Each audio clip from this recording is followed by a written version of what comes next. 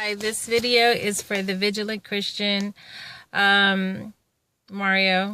Hey, Mario, you have my dad's name. He recently passed away, though, like recently, like almost a week ago. Anyways, I wanted to do this video because I wanted to just share information with you. First and foremost, I am a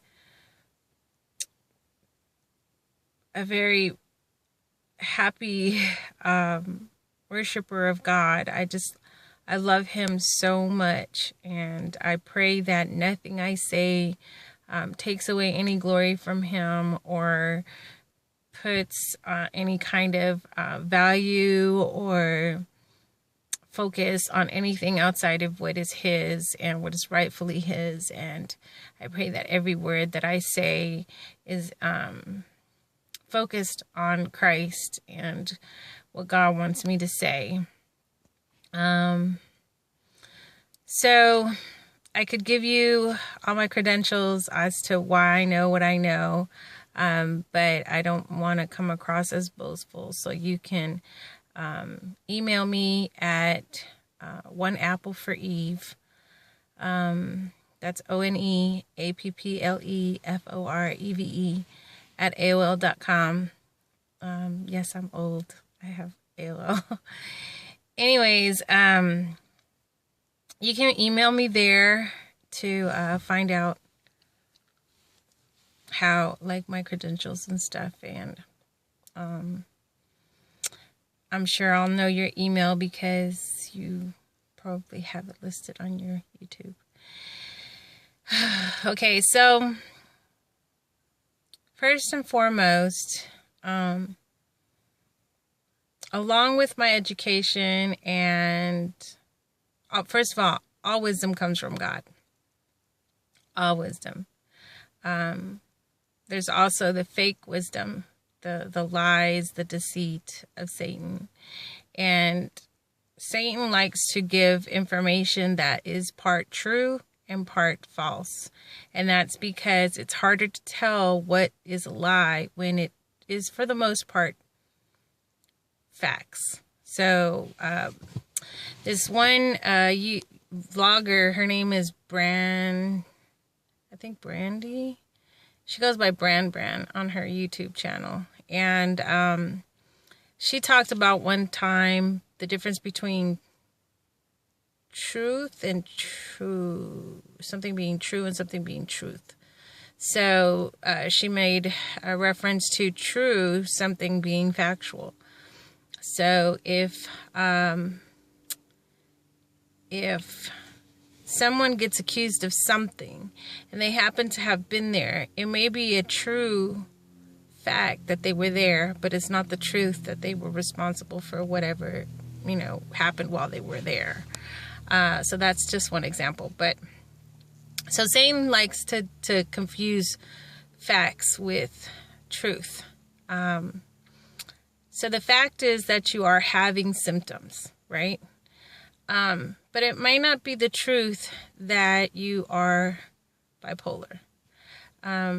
Psychology has to have labels, and for the most part, they were created to have research be descriptive and to be able to replicate research. But so they have all these labels to try to support what practices best help people who are experiencing these symptoms. And so they have to try to cluster people into these groups of people so that they can try to help them in a very secular way. So while on our more spiritual level, we do some of the same things, but we call it, sin and demon possession and principalities, powers, consequences of sin, or whatever it is that we want to call it out of what we believe, our faith. It can be one and the same thing. It's just got a different name to it, a different way of describing it. So I'm going to talk about the secular level of diagnosis. With bipolar disorder, first of all, it's one of my areas of focus. I found it very interesting because I'm married to someone who was diagnosed with it.